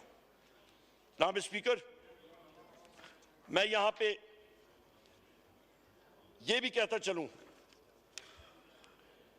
कि आपके जिस दिन ये 5 अगस्त 2023 की अभी मैं बात कर रहा हूं, वजीर आजम इमरान खान साहब को अरेस्ट किया जाता है जमान पाक से। यहां पे जज दिलावर साहब जो हैं वो ऑर्डर पास करते हैं तोशा खाना केस में। और जनाब स्पीकर, पता नहीं वो मेरा ख्याल है खलाई मखलूक के वीगो डाले वाली उड़न तश्तरी में वो पुलिस फोर्स 1 घंटे के अंदर अंदर वहां पे पहुंच जाती है। कैसे पहुंच जाती है उनको, बल्कि 5 मिनट के अंदर अंदर वहां पे वो पहुंच जाती है इस्लामाबाद पुलिस। इसका मतलब है कि उनको पहले से मालूम था कि वजीर आजम इमरान खान साहब को अरेस्ट करना है और पंजाब पुलिस भी उनके साथ नहीं थी, और वहीं पे अरेस्ट करके, अगवा करके, अबडक्ट करके वजीर आजम साहब को वहां से वो लेके जाते हैं। जनाब स्पीकर, ये मुल्क में क्या हो रहा है? ये कौन सी यहां पे चीज गैर कानूनी तौर पे ये सारा खिलवाड़ हम लोग कर रहे हैं? इसका मतलब है ये सारा का सारा सिलसिला जो है ये तो एक खेल बना हुआ है। यहां पे आते हैं जनाब स्पीकर, हम लोग एसेट्स के ऊपर आ जाते हैं, तोशा खाना के एसेट्स के ऊपर।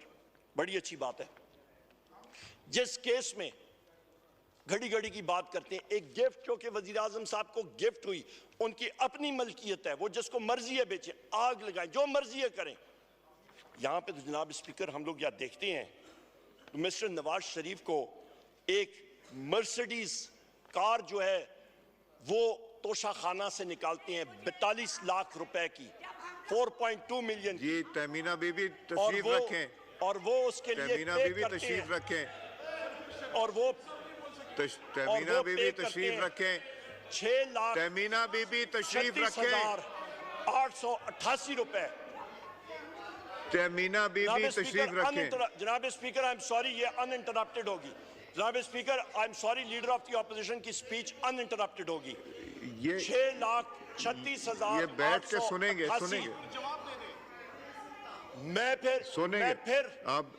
मैं फिर बात करता हूं जनाब स्पीकर।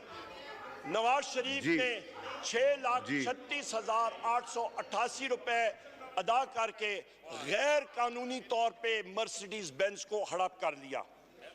एक प्याजे घड़ी 10,05,000 रुपए की ली, डेलेकोर वॉच घड़ी 32 लाख रुपए की ली, एक चुपार्ड वॉच वो गायब हो गई, कई सोने की और आपके पर्ल के नेकलेसेस जो हैं वहां से लिए गए, डायमंड्स के कफलिंग्स जो हैं वो लिए गए, अंगूठियां सोने की ली गई तोशा खाने से। और जनाबे वाला ये रिकॉर्ड का हिस्सा है, आप तोशा खाना का रिकॉर्ड मंगवा लें, मैं एग्जैक्ट डेट आपको बताता हूं। 13 फरवरी 2016 को 16.25 मिलियन यानी कि 1,62,50,000 रुपए की गिफ्ट्स सिर्फ 32,88,000 रुपए दे के वो ले रहे हैं। जनाब स्पीकर, जेल में इन साहिबान को नहीं होना चाहिए, या फिर आपके मौजूदा तौर पे प्लेटलेट्स जो हैं वो गायब हो जाते हैं, नीचे चले जाते हैं, और जिस वक्त कुर्सी संभालने का टाइम आ जाता है तो फिर प्लेटलेट्स भी ठीक हो जाते हैं, फिर हरियाली भी आ जाती है, फिर सब कुछ ठीक हो जाता है। पर मसला ये है कि वजारत उज़्मा की कुर्सी पे भाई बाजी ले जाता है, वो बेचारे साइड पे रह जाते हैं, ये मसला है। जनाब स्पीकर, इस पे एक और चीज मैं भूल गया। यहां पे फ्रूट खाने वाले मतलब शौकीन होंगे, वो तोशा खाने में अनानास, पाइनएप्पल, वो पाइनएप्पल भी आए, वो भी गायब हो गए, वो भी गायब हो गए वहां से। ये हालात थे।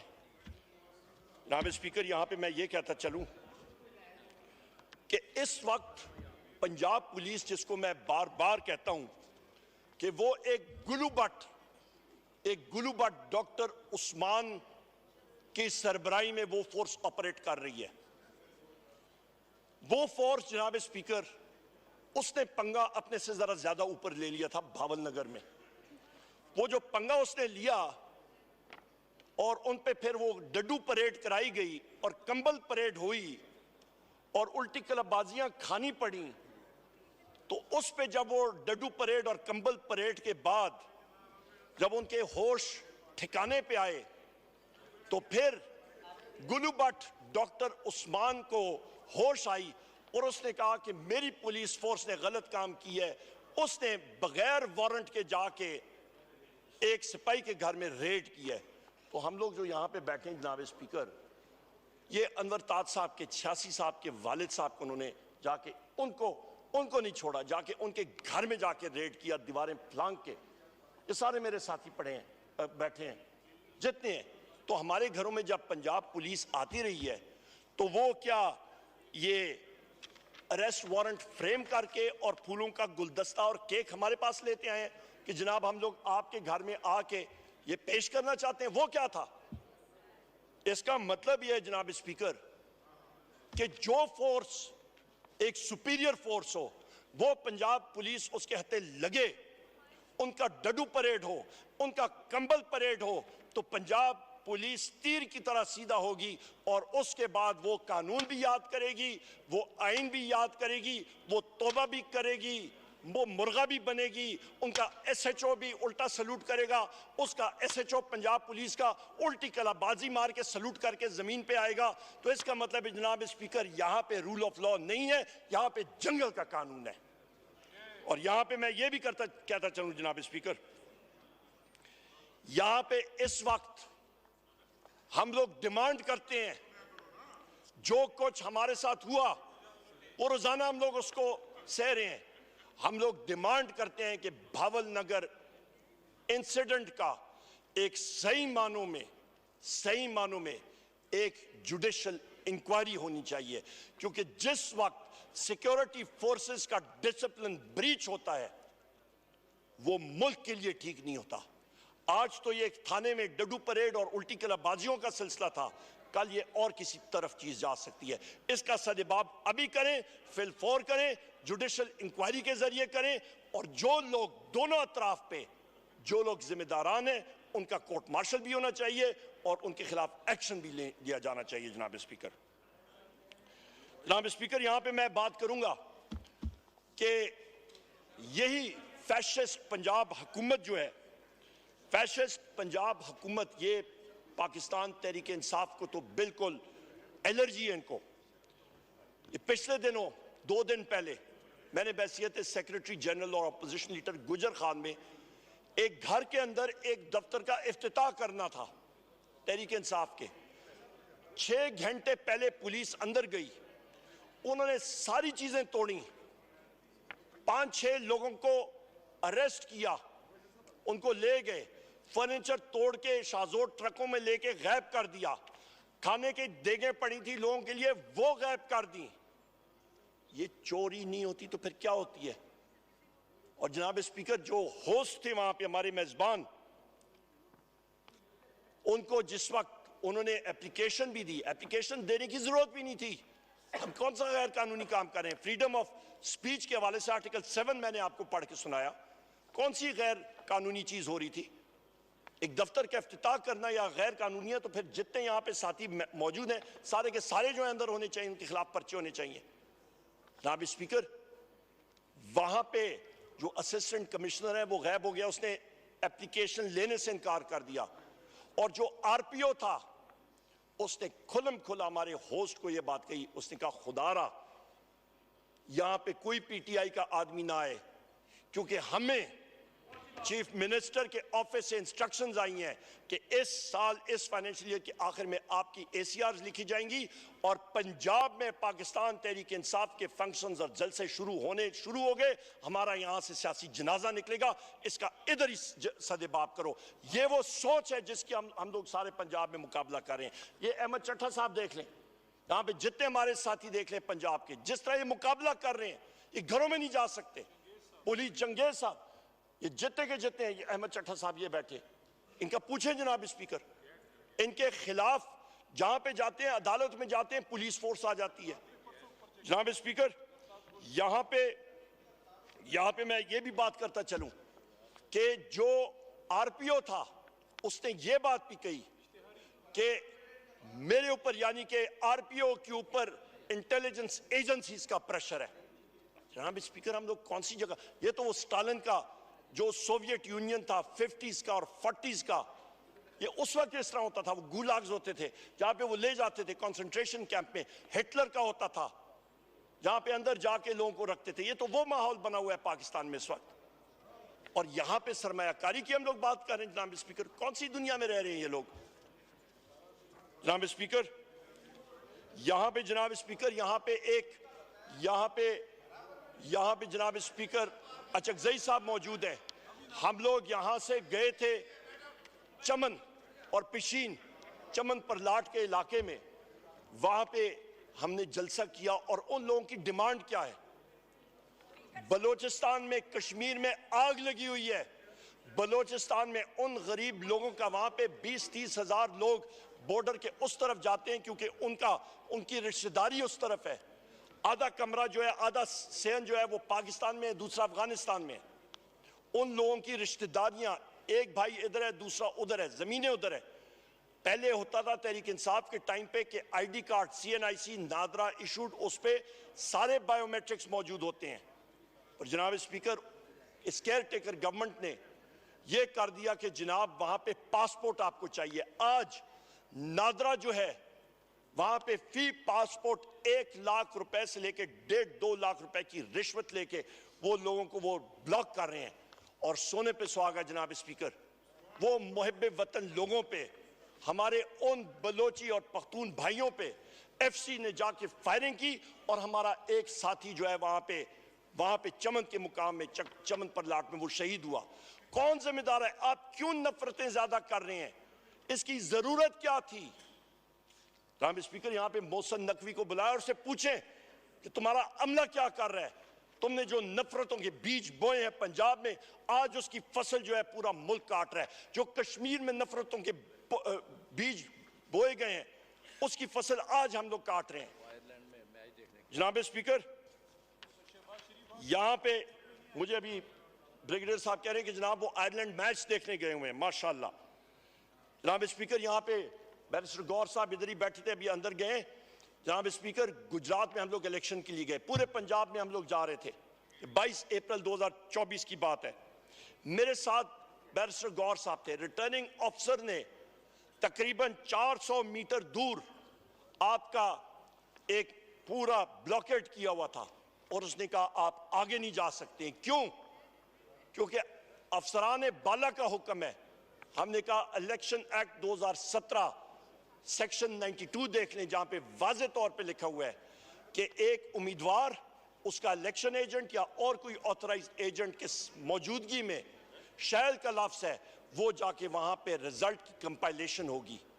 वो रिजल्ट पंजाब के कंपाइली गैबाना तौर पे जिस तरीके से हुए उसका हमें नहीं मालूम, पर रिजल्ट जिस तरह फॉर्म 47 का जुड़लू फेरा गया वहां पे वो फिर गया। एक जगह में बैरिस्टर गौर साहब अपनी स्पीच में आपको बताएंगे, एक पोलिंग स्टेशन पे गए, वहां पे जो वोट अंदराज थे उससे ज्यादा वोट पहले से पोल हो चुके थे।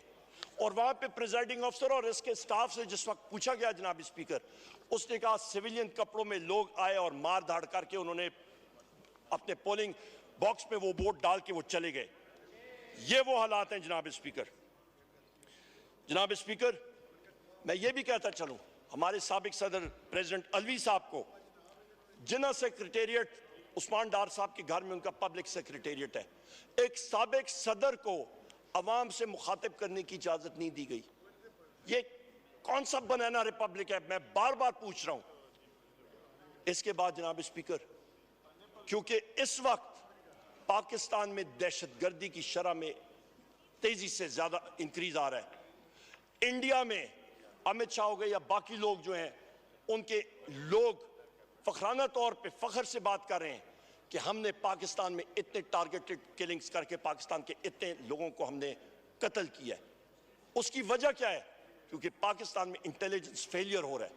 ये बदकिस्मती हो रही है कि पाकिस्तान में लोगों को कत्ल इंडियन एजेंट्स कर रहे हैं और हमारे लोग जो हैं वो खलाई मखलूक के हाथों जो हैं वो उठाए लिए जाते हैं।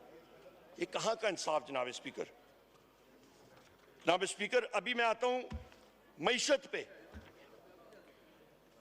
मईशत से पहले मैं यहां पे एक चीज कंडेम करना चाहूंगा जनाब स्पीकर, वो है आपके 9 मई 2024 लाहौर में वकला हजरात माल रोड पे डेमोन्स्ट्रेट कर रहे थे और पुलिस ने जिस तरह बेदर्दी से उन पे लाठीचार्ज किया, उनको तशद्दुद का निशाना बनाया, हम लोग उसको कंडेम करते हैं और हम लोग अपने सॉलिडारिटी में अपने वकला भाइयों के साथ खड़े हैं as a party.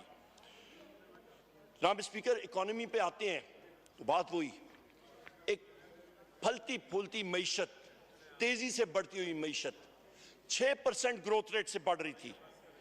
Foreign exchange reserves 17 Arab dollar पे पहुंचे हुए थे। मुलाजमतें क्रिएट हो रही थी। फैसलाबाद में आप जाएं, टेक्सटाइल मिलों में आपको शॉर्टेज थी लोगों की, इतनी तेजी से इंडस्ट्री बढ़ रही थी। आपका बिजली की कंजम्पशन या आपकी कंजम्पशन जो है वो 17% शरह से बढ़ रही थी। जनाब स्पीकर, सेहत इंसाफ कार्ड मुयस्सर था, पनाहगाह थे आपके मजदूरों के लिए। आपका इस्लामोफोबिया के खिलाफ वजीर आजम इमरान खान साहब ने अक़वाम मुत्तहिदा पे 15 मार्च को Islamophobia day to combat Islamophobia उन्होंने लॉन्च किया और वहां से अप्रूव कराया। पर बदकिस्मती से ये सब कुछ लंदन प्लान के वजह से तितर बितर हो गया। वो वजीर आजम इमरान खान जिसने जनाब स्पीकर नामूस रसालत की दफा के लिए उन्होंने अक़वाम मुत्तहिदा में एक बार नहीं 2 बार उन्होंने कहा कि आप जिस वक्त कुरान शरीफ की या नबी करीम मोहम्मद सल्लल्लाहु अलैहि वसल्लम की शान में गुस्ताखी करते हैं तो आप सिर्फ चंद लोगों के लिए नहीं, पूरी आलम इस्लाम के दिलों पे आप खंजर मारते हैं। और वही स्कैंडिनेवियन कंट्रीज आज अपनी कानून साजी कर रहे हैं, अपने कानून की नजरसानी करने के लिए। वो क्रेडिट किसको जाता है? वो जाता है जनाब स्पीकर वजीर आजम इमरान खान साहब को। मेरे यहाँ पे जुनैद खान इस हाउस के मेंबर है कौमी असेंबली के, अभी तुर्की गए थे, फलस्तीन पे कॉन्फ्रेंस थी और इनको फलस्तीनियों ने कहा कि काश आपके वजीर आजम इमरान खान साहब जेल में बाहर होते और वजारत उज़्मा की कुर्सी पे होते। फलस्तीन का कॉज वजीर आजम इमरान खान साहब जिस जुर्रत के साथ उसको टेकअप करते, हमारी आंखें जो है, हमारी नजरें वो फख्र से बुलंद होती। उनको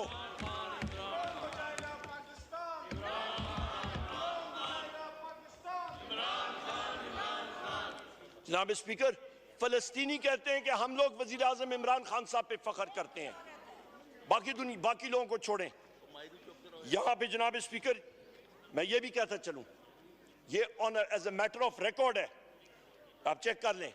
डॉक्टर मोहम्मद अहमद जुबैर साहब चीफ इकोनॉमिस्ट थे, इनको वोट ऑफ नो कॉन्फिडेंस के बाद इन पे 2022 में मुस्लिम लीग नून की और पीडीएम हुकूमत ने प्रेशराइज किया कि आप ग्रोथ फिगर्स को डाउनवर्ड्स रिवाइज करें।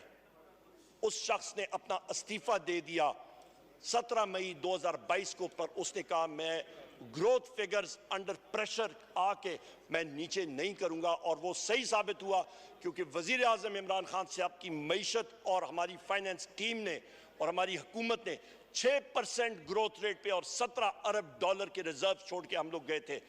और उसके बाद जो साल आया, जब आप किसी अनाड़ी को ड्राइविंग सीट में डालते हैं, बिठाते हैं, तो उसने खाई में ही मारनी होती है गाड़ी। डार साहब आए वहां पे, डार साहब आए और उसने इसाक डार ने क्या किया, उसने मईशत को बेड़ा गर्क कर दिया।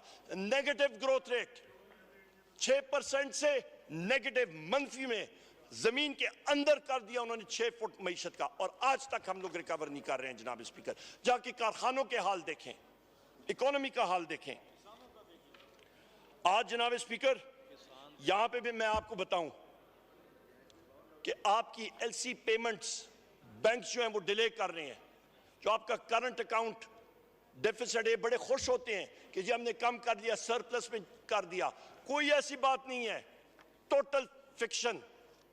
इन्होंने आपके एलसीज को, इंपोर्ट्स को रिस्ट्रिक्ट किया हुआ है, एक्सपोर्ट्स आपकी बढ़ नहीं रही हैं। क्या होगा मुल्क में? रिमिटेंसेस पे पाबंदी है, कतकन है। कहां पे आप जा रहे हैं? कौन सी दुनिया में रह रहे हैं? आपका जनाब स्पीकर फॉरेन डायरेक्ट इन्वेस्टमेंट आपकी हो ही नहीं रही। आपका प्राइवेट सेक्टर क्रेडिट जो मुकामी बैंक सनत को देते हैं कर्जा, 86% उसके हुजम में कमी आई है इस साल। किन की बदौलत? इनकी बदौलत, इस पीडीएम हुकूमत की बदौलत जनाब स्पीकर। यह जुल्म हो रहा है इस हुकूमत के साथ। और सोने पे इंटरेस्ट रेट्स, शरह सूद 22% पे क्यों है? अभी मॉनेटरी बोर्ड की मीटिंग हुई स्टेट बैंक में, उन्होंने क्यों रिवाइज नहीं किया है? बड़े खुश हैं कि जी इन्फ्लेशन नीचे आ रही है, शरह सूद नीचे क्यों नहीं आया? हमें भी थोड़ी बहुत फाइनेंस आती है जनाब स्पीकर। शरह सूद इसलिए नीचे नहीं आया क्योंकि आपका जनाब स्पीकर, मैं आपको ये पढ़ के दिखा देता हूं, ये मेरे पास अखबार मौजूद है। आपके पास जो रेट्स हैं आपके जनाब स्पीकर, जो आपने टारगेट किया था तकरीबन 17 अरब डॉलर कि आप बाहर से लेके आएंगे, वो जनाब स्पीकर उसका तकरीबन 9.5 अरब डॉलर इनफ्लोज आप मैनेज कर सके हैं।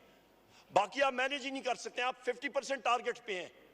उसका फर्क क्या पड़ेगा इकोनॉमी पे जनाब स्पीकर? उसका इंपैक्ट ये होगा कि आपको डोमेस्टिक बोरोइंग, बैंक बोरोइंग करनी पड़ेगी डोमेस्टिक मार्केट से। वो आप करेंगे, आपकी अफराद ज़र रॉकेट की तरह चढ़ेगी, और जब वो होगा अशिया खुर्द नोश महंगी होंगी, आपका डॉलर आसमान से बातें करेगा, आपका करंट अकाउंट डेफिसिट कंट्रोल में नहीं आएगा, आपका बिजली का रेट आज से 2 साल पहले मैंने कैलकुलेशन करके दिया था, तहरीक इंसाफ की हुकूमत में 17 रुपए यूनिट बिजली का रेट, आज 85 रुपए यूनिट पहुंच गया है। ये जनाब स्पीकर 100 रुपए से ऊपर तक जाएगा इन आने वाले दिनों में। 18 रुपए तो सिर्फ आपका कराची इलेक्ट्रिक जो है उसने नेपरा में अपनी पटिशन दायर कर दी है। 18 रुपए 75 पैसे वो कहते हैं हमें इंक्रीज दें। कराची को यहाँ पे जो लोग मौजूद हैं ये अपनी खैर मनाएं, ये अपने घरों में नहीं जा सकेंगे। वहां पे जो लोड शेडिंग का अमल आएगा ये इनकी खैर मनाएं। जनाब स्पीकर ये हालात हैं आज पाकिस्तान की मईशत के। इसके अलावा जनाब स्पीकर मैं ये भी बात करता चलूं, जो सर्कुलर डेट है, गर्दशी कर्जा, आज 2300 अरब रुपए से ज्यादा हो गया है। हर महीने तकरीबन 45 से 50 अरब रुपए उस पर ऐड हो रहा है। हमारी गवर्नमेंट में हमने उसका बहाव, उसको हम लोग 8 अरब रुपए पर मंथ से भी नीचे ले आए थे और उसको मजीद नीचे लेके जा रहे थे। एनर्जी, रिन्यूएबल एनर्जी हम लोग ला रहे थे जनाब स्पीकर। जिस वक्त इनकी हुकूमत थी, इन्होंने क्या किया था? इन्होंने 4000 मेगावाट के एलएनजी प्लांट्स आके खड़े कर दिए और उसके साथ पाइपलाइन लगा दी जनाब के $750 मिलियन हर महीने आएंगे उन पावर प्लांट्स को फीड करने के लिए। एलएनजी के प्रोजेक्ट, टेक और पे कॉन्ट्रैक्ट्स, यानी कि आप चाहे बिजली बनाएं या ना बनाएं, उन बिजली घरों को पैसा मिलेगा ही मिलेगा। ये हालात थे जनाब स्पीकर। गैस की कीमतों में 4 गुना 400% इजाफा हो चुका है और मजीद आने वाला है। आपके पास अफराद ज़र अशिया खुर्द नोश की 40% से ज्यादा तजावज़ है। जो एक स्टॉक मार्केट में जो पल्स देखी जाती है, नब्ज, वो होती है आपकी इनिशियल पब्लिक ऑफरिंग्स की। कितनी नई कंपनीज वहां पे आ रही हैं? डेड, कोई एक्टिविटी नहीं इनिशियल पब्लिक ऑफरिंग्स की। जनाब स्पीकर, यहां पे SIFC की बात करते हैं। SIFC की जरूरत क्यों बनी? क्योंकि ब्यूरोक्रेट्स और ब्यूरोक्रेसी नैब जो कि जनरल मुशर्रफ ने वो इदारा बनाया, उसके जरिए लोगों को अंदर किया, ब्यूरोक्रेसी साइन करने के लिए तैयार नहीं थी, लिहाजा उसको करटेल करने के लिए या वो कवानीन ठीक करने के लिए क्या किया, जनाब एक और इदारा बना दें, एक और इदारा बना दें जहां पे आप एक और एडेड ब्यूरोक्रेसी कर दें, जहां पे अफसरान को मिलेंगी लैंड क्रूजर्स, जहां पे आपको मिलेंगी गाड़ियां, जहां पे आपको मिलेंगा टेलीफोन मुफ्त, एक और एडेड ब्यूरोक्रेसी के जी वन विंडो ऑपरेशन। और भाई तो बोर्ड ऑफ इन्वेस्टमेंट क्या बला चीज थी, बोर्ड ऑफ इन्वेस्टमेंट तो है ही आपकी वन विंडो ऑपरेशन। तो SIFC का क्या हुआ? तो एक साल में आपके पास जनाब स्पीकर परफॉर्मेंस क्या रही? जरा इस नेशनल असेंबली में हम लोग तो ये सवाल पूछेंगे। जनाब स्पीकर, मुल्क के साथ खुदारा ये खिलवाड़ ना करें, ये एक डेंजरस ट्रेंड है। यहां पे IMF आपको क्या कह रहा है? यहां पे आप IMF ये पढ़ें कि बिजनेस रिकॉर्डर सामने, यहां पे downside risk exceptionally high IMF, ये पढ़ लें। इसका क्या मतलब है कि खुदारा होश के नाखुन लोग खाई में जा रहे हो, और खाई में क्यों जा रहे हो? क्योंकि आपका फाइनेंस, आपकी इकोनॉमिक्स, आपका पॉलिटिकल रिस्क आपके कंट्रोल में नहीं है। यहां पे कश्मीर में देखें जनाब स्पीकर क्या हालात बन गए। कश्मीर में एक किस्म की खानागन जंगी शुरू थी, वहां पे 3 दिन खून की होली होती रही है, और इनको कोई, इस फेडरल हुकूमत को 3 अरब रुपए इन्होंने रिलीज करने थे। वीट क्राइसिस में जनाब स्पीकर 450 अरब रुपए का टीका अवाम को मुस्लिम लीग नून की सूबाई और मरकजी हुकूमत ने तो दे दिया, लगा दिया। कश्मीर की अवाम को 3 अरब रुपए रिलीज करने थे, उनके आटे की सब्सिडी के लिए और बिजली के लिए नहीं किया, क्योंकि उसमें कमीशन नहीं था। यहां पे 450 अरब रुपए दे दिए, जला दिए तंदूर में, कोई किसी को किसी के कान पे जूं नहीं रही। ये हालात हैं जनाब स्पीकर। जनाब स्पीकर, यहां पे मैं ये भी आपको बता दूं कि आपका आने वालों में जो दिनों में जो हालात बनने वाले हैं वो निहायत ही सख्त और अबतर है। आपके पास जनाब स्पीकर ये PDM 2 की हुकूमत है, इनके पास किसी किस्म का कोई सलूशन मौजूद नहीं है। इनके पास, इनके जहनों में एक चीज गैब है, वो ये है कि पाकिस्तान की 65% जो 65% आपकी जनाब स्पीकर जो पॉपुलेशन है वो आपकी 45 साल से कम उम्र की है। ये उस यूथ बल्ज का इनको समझ ही नहीं है, और ये नौजवानान इंशाअल्लाह ताला ये सब के सब एक बार फिर वजीर आजम इमरान खान साहब को वोट देंगे, और पाकिस्तान तहरीक इंसाफ 3/4 मेजॉरिटी के साथ फिर आएगी। जनाब स्पीकर, यहां पे पावर क्राइसिस के ऊपर भी मैंने बात कर दी। पावर क्राइसिस जो है इस वक्त, उसके ऊपर डिटेल से बात कर दी जी। जनाब स्पीकर, यहां पे मैं बात करूंगा नेट हाइडल प्रॉफिट्स KP के हवाले से। KP की हुकूमत को मरकजी हुकूमत ने नेट हाइडल प्रॉफिट्स फिल रिलीज करने चाहिए, वो KP हुकूमत का हक है, और हम लोग अपने चीफ मिनिस्टर अली अमीन खान गंडापुर के साथ शाना बशाना खड़े हैं, और वो हक लेना हमें आता है। यहां पे मलाकंड के फाटा और पाटा के टैक्सेस के हवाले से मैं बात करूंगा। जनाब स्पीकर, ये एक तासुर पाया जाता है कि फाटा और पाटा टैक्स नहीं देते हैं, बिल्कुल टैक्स देते हैं। साल का कस्टम्स ड्यूटी तकरीबन सालाना 55 अरब रुपए फाटा और पाटा वहां से कस्टम्स ड्यूटी देती हैं। वहां पे जो इलाका है वहां पे दहशतगर्दी रही है। इंडस्ट्री को इनकरेज करने के लिए, उनको सपोर्ट करने के लिए 10 साल की छूट दी गई थी 2018 से लेकर 2028 तक। किसमें? सेल्स टैक्स में और आपके इनकम टैक्स में। CBR FBR को और कोई जगह नहीं मिल रही, वो सिर्फ आके पाटा और फाटा पे वो नाजिल होना चाह रहे हैं, और वहां से 25 अरब रुपए कस्टम्स ड्यूटी की अपना सेल्स टैक्स और इनकम टैक्स में निकालना चाह रहे हैं। उनकी नैरो विजन है, क्या वो जो लोग दहशतगर्दी में रुल गए थे, उनके असासे खत्म हो गए थे, जान के नजराने दिए, उन पे आप फिर सीना जोरी करना चाह रहे हैं? जनाब स्पीकर, जनूबी पंजाब सेक्रेटेरिएट हमजा शरीफ ने उसको खत्म करने की कोशिश की, वहां पे एक बार फिर उसकी हुकूमत खत्म हो गई, चौधरी परवेज इलाही साहब आए और फिर उस पे वार किया गया है। जो जनूबी पंजाब का एडिशनल सेक्रेटरी था, उसकी पोजीशन को एक जुम्बश कलम से मरियम नवाज ने खत्म कर दिया और वहां पे जितने अफसरान हैं उनका किबला, उनको डायरेक्शंस दी गई हैं कि तख्त लाहौर की तरफ आप फिर रजू करें। जो इस साइड भी जनूबी पंजाब के लोग हैं जनाब स्पीकर, या यहाँ पे भी हैं जनाब स्पीकर, यहाँ पे लोग इनसे पूछेंगे कि कितने वियना 100 है, इनको पता लगेगा। ये हालात हैं जनूबी पंजाब के, इसको हम लोग कंडेम करते हैं जनाब स्पीकर। एकदम फिल 4 ACS की पोजीशन वहां पे फिर से करें और जो डिपार्टमेंट्स थे 15 के 15 को फिर से रिवाइव करना चाहिए। वहां पे डिपार्टमेंट्स को भी उन्होंने कम कर दिया। जनाब स्पीकर, वीट स्कैम अभी ये कलीमुल्ला टू सलीमुल्ला, सलीमुल्ला टू कलीमुल्ला चल रहा है। 16 रुपए की रोटी मुझे बता दें कहां पे मिलती है पंजाब में जनाब स्पीकर? कहीं पे भी नहीं। जहां पे चोकर की भरी हुई जो आपकी यूक्रेन से इंपोर्ट की हुई है 450 अरब रुपए का वीट स्कैम जनाब स्पीकर, जिसपे अरबों रुपए का स्कैम हुआ है, वो रोटी जनाब स्पीकर, उस कीमत की रोटी मुयसर ही नहीं है। जो आपका काश्तकार है, काश्तकार जो है पंजाब में जनाब स्पीकर जितने प्रेशर के नीचे है, वहां पे फायदा किसको हुआ?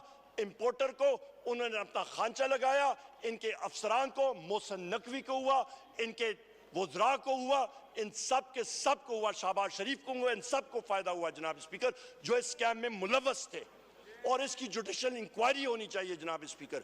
आपको क्या जरूरत थी जिस वक्त आपको मालूम है कि बम्पर वीट को अब गंदम की फसल आ गई है और काश्तकारों के घरों में हरियाली आने वाली है, उन्होंने सब का सब जो है वो खत्म कर दिया। उनके वहां पे पैसे आने वाले थे, उन्होंने वीट सपोर्ट प्राइस कट की, वहां पे बरदाना नहीं अवेलेबल जनाब स्पीकर। जाके हालात देखें पंजाब में, एक दाना नहीं खरीद रहे वहां पे जनाब स्पीकर। यहाँ पे ये अलमिया ये देखें कि टारगेट जो था प्रोक्योरमेंट टारगेट्स 4 मिलियन टन से रिड्यूस करके 2 मिलियन टन पे 40 लाख टन से उठा के ये 20 लाख टन पे आ गए प्रोक्योर करना पंजाब की हुकूमतें, और वो भी नहीं ले रहे हैं। काश्तकारों से पूछें जरा जनाब स्पीकर।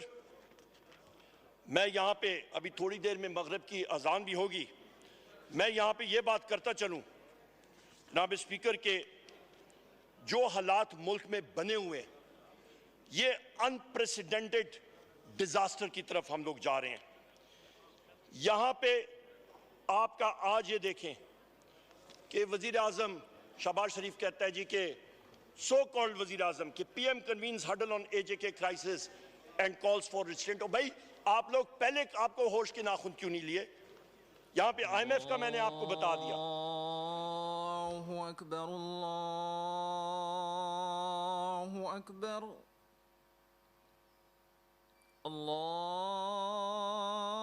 अल्लाहु अकबर,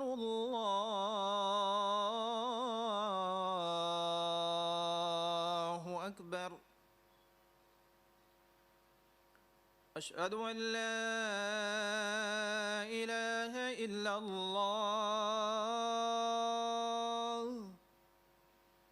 अशहदु अन ला इलाहा इल्लल्लाह,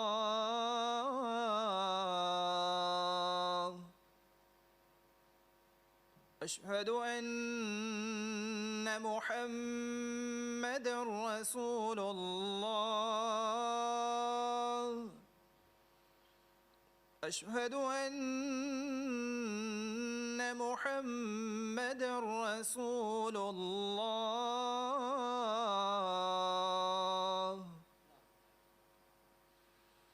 हय्य अलस सलाह,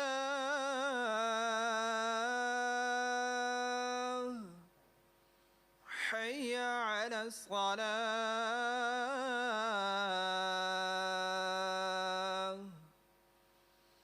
हय्य